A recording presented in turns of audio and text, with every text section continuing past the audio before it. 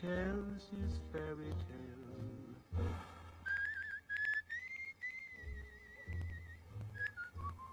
This is 2003. This is what the sun looks like. And the stars, nature. This is the president.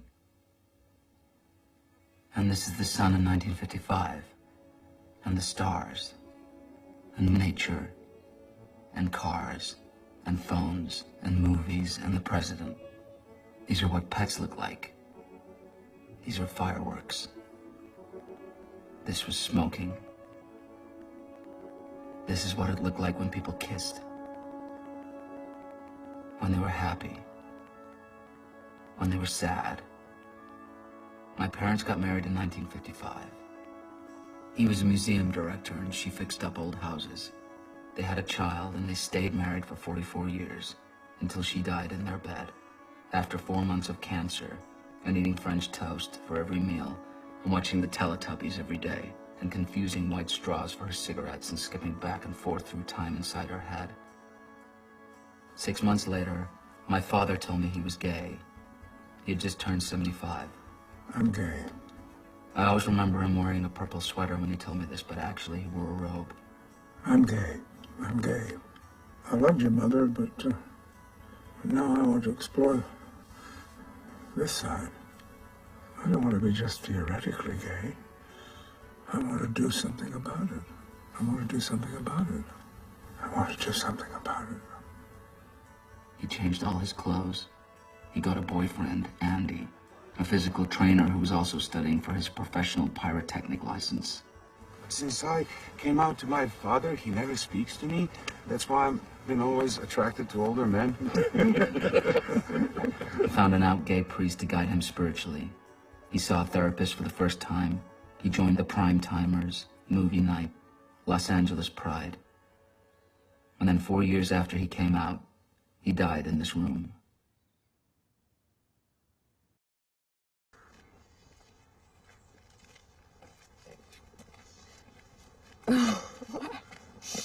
Nothing, you're pretty.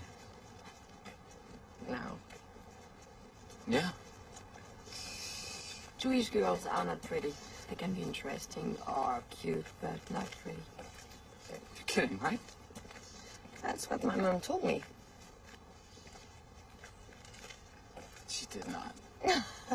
No, you're right. These girls at school told me that. And I went home and my mom said, "Oh no, who told you that? Jewish girl are..." This is what it looks like when Anna tells me about being Jewish in 2003. And when I tell her my mother was Jewish, and then my father turned in his gay badge when my mother turned in her Jewish badge, and they got married in 1955. My mother didn't know she was Jewish until she was 13. It was 1938. This is what people look like. And lions and giraffes. This man was the man of the year. Her father tried to hide that they were Jewish. This is the swim team that asked her to leave once they discovered that she was Jewish. This is what pretty looked like in 1938. My father realized he was gay when he was 13. It was 1938. This is what pretty looked like. This is the high school where they first met. This is the war they both went to. And this man was popular when they met again. This is the only place my father could hide and have sex in the 50s. My father said if you got caught by the Vice Squad, you could lose everything. This is everything. My father lay down on a couch like this and told the psychiatrist all his problems in 1955. The doctor told him that homosexuality was a mental illness, but it could be cured. Not everyone got cured.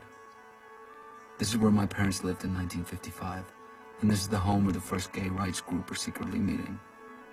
While they were reciting their vows here in this church, Allen Ginsberg was writing his famous poem, Howl, blocks away in this room.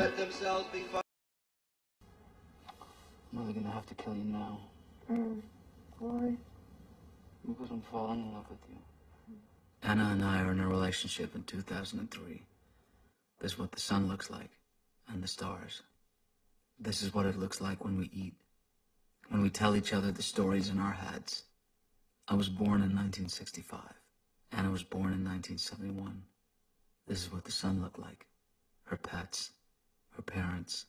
She left home when she was 16. She lived here, and here, and here, and here. She had 3 serious relationships. She left all of them. I had 4 serious relationships. I left them too, or let them fall apart. We didn't go to this war. We didn't have to hide to have sex.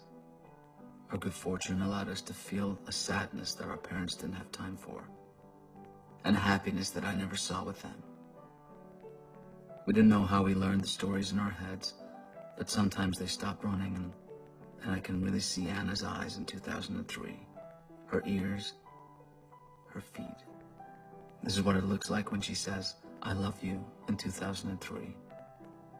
This is what it looks like when she cries. When she tells me there's always a new empty room waiting for her.